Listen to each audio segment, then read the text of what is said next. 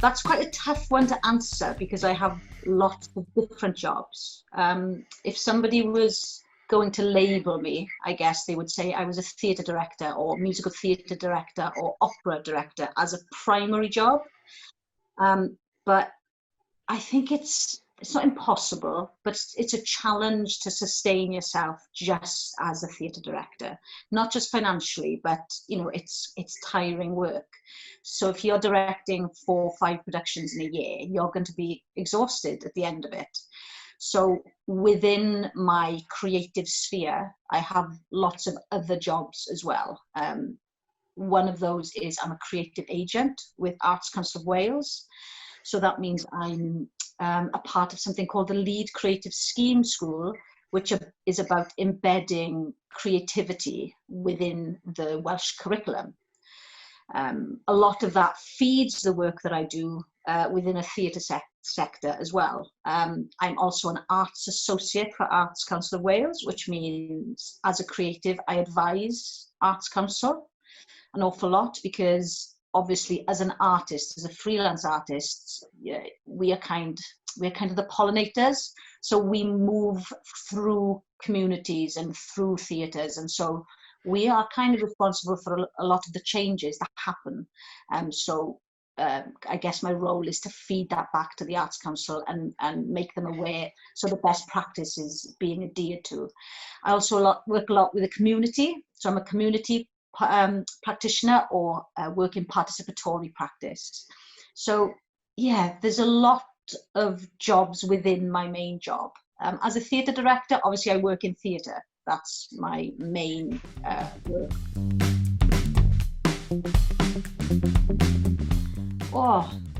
Honestly, it varies. So once I've decided on a show that I'm going to be directing, or if I'm given a show, obviously there's a lot of research. We call this the pre-production phase.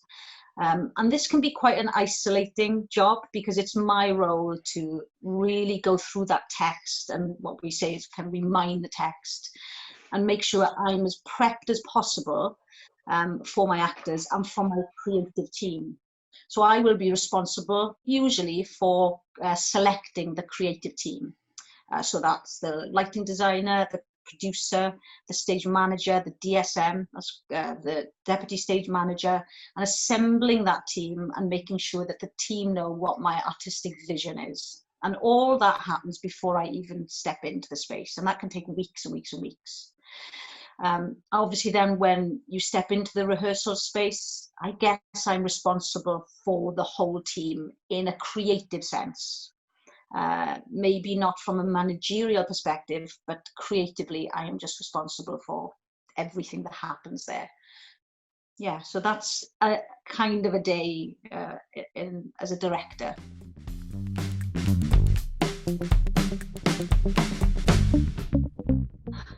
Yeah, there's unexpected things every day is the best answer I can give you, I guess. One is you can almost feel like a counsellor at times, because you have, especially for the actors, you know, that actors have to be so malleable and open. You have to know what works for each actor. So I have a huge toolkit of tools that I use from different practitioners.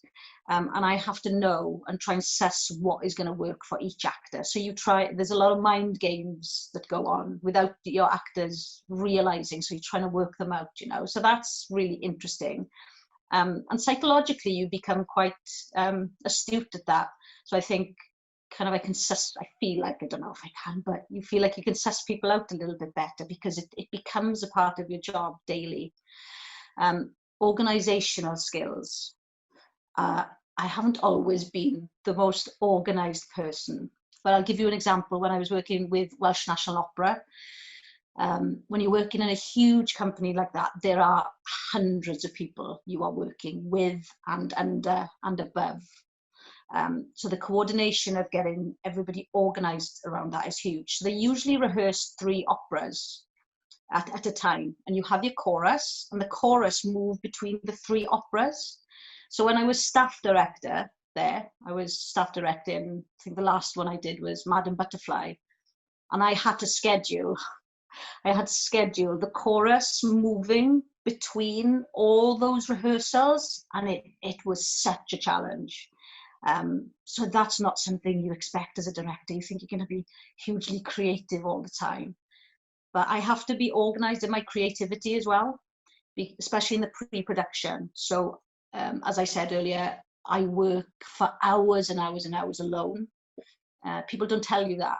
And I'm very organized and meticulous in the way that I approach my text.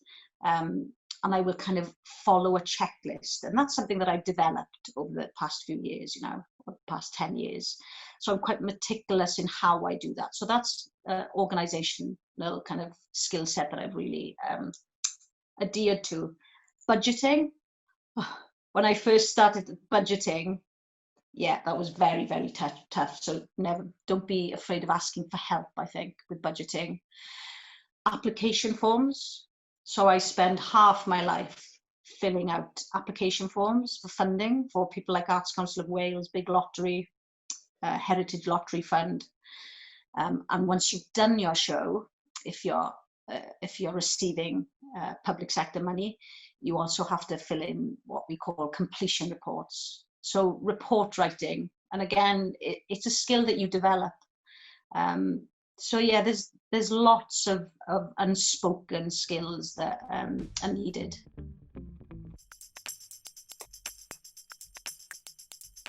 I kind of fell into it education wise. I came through the school. My school was Welsh medium education, so I was always involved in the Eisteddfodau. So we've got stuff, we've got things like the Urdd and the Genedlaethol, so they're Eisteddfods. And when I was young as well, we used to have a lot of regional Eisteddfods. So I used to sing a lot, and my parents used to take me around all the regional Eisteddfods. And I used to love it because if I won, I got a lovely medal, which was great, but I also got money. So that was the incentive. So, I had my bank balance was better, I think, when I was in my teens than, than it is now. So I fell into it, and I was really lucky in school that I had a brilliant drama teacher, and they pushed me to audition for Royal Welsh College of Music and Drama, something I would never have done had I not been pushed. So my journey towards directing came from being a jobbing actress, I guess, and having to pay my bills, so going to work in drama schools. So it's not something I planned. I never ever planned when I was studying to be a theatre director. I always wanted to be a performer. I had nothing else in my mind. I thought that was the only thing I could do. So it's been a strange old route with regards to how I've ended up here. Yeah. This is going to be an obvious answer. It's not an obvious answer, but it's my dad.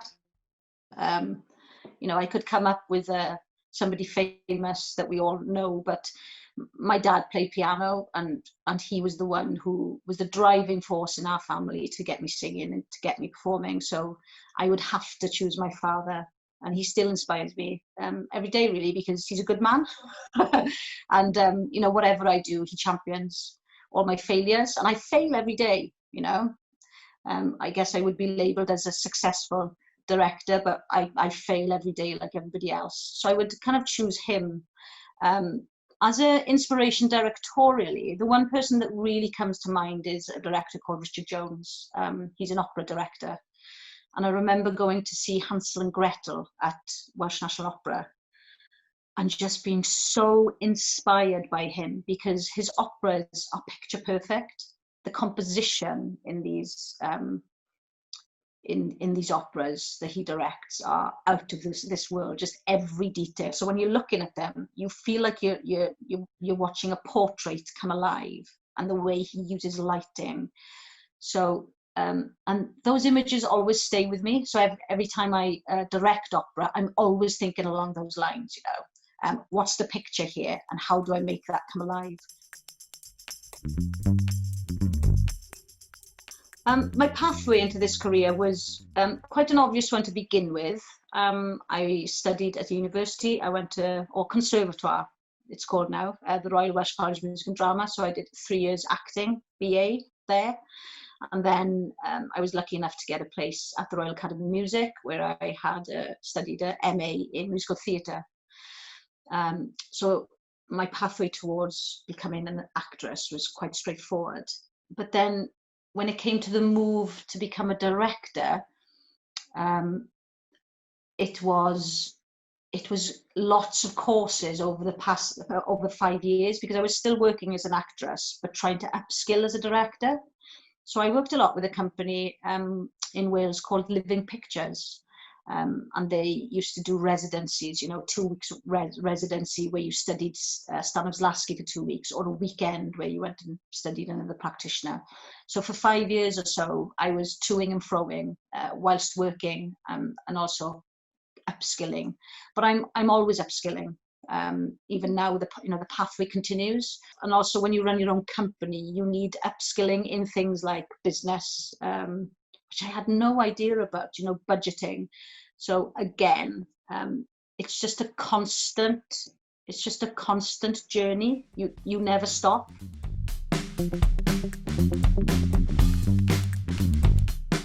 As an inspirational teacher, it would be my singing teacher, who I had for years and years and years. And the reason I mention this was Patricia O'Neill.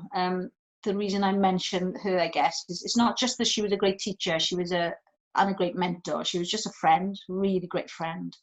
So, if you'd had a bad day, you always knew that you had your singing lesson coming up. So I think it's that pattern of behavior. It's instilling, people like that can instill a pattern of behavior in you, which becomes a way of life. And it helped, having her as a steady anchor, really allowed me to forge my own path through my creativity, because it wasn't just about the singing lesson. It was about who I was as a singer and who I was then as a person. So she kind of inspired me never to try and mimic anybody else. And she never tried to manipulate my voice to sound anything other than what my voice sounded like. So finding people like that who bring out your authentic self, I think is vital. And then there was another teacher, Rhian Ellis, who was a school teacher. She became head of the school that I was in. She just retired, had been awarded Head of the Year, actually, last year. And I'm still friends with her, even though she was my school teacher, we still speak every week.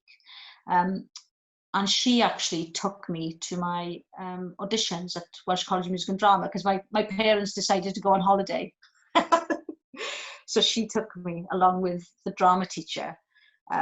So, I owe so much to these people. Find those people who really champion you and latch on to them, because they are few and far between. If you don't know what to do, do nothing. That sounds really negative, doesn't it? But it's not at all.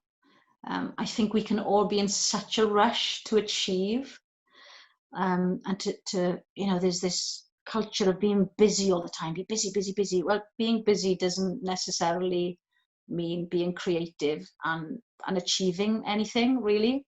So if you're not sure what to do, do nothing, and trust that the right path and the right door will open. And if the door closes, another one will appear somewhere. So I always hold on to that one. And knock on doors. Never, ever be afraid of knocking on doors. I love it when young people, older people, just drop me an email, drop me a message on Facebook. I'm one of those. Not everybody is. But if somebody drops me a message on Twitter, Facebook, I will respond. If those people don't respond, they're not your people. And that's okay. It's not a reflection on you if somebody doesn't respond. They're just not your people. And you will find your people. So just always, always, always knock on doors and try new things. I think the biggest piece of advice is keep learning, keep upskilling. When I say upskilling, like in all avenues, not just soft skills as well. Soft skills are vital in this industry. You have to get along with people, because you will work with so many thousands of people who have huge knowledge and who have been in the sector working for years and years and years. But you may have skills that they don't. So get good at those soft skills with regards to learning about people and trying to work out where your skill set fills in. Keep an eye out for what other skills people have got and kind of go, oh, I want to learn to do that. The more skills you have, the more you will work. So yeah, get on lots of courses, ask advice. Never be afraid of saying, I don't know. Because if you don't know, somebody will tell you where to look.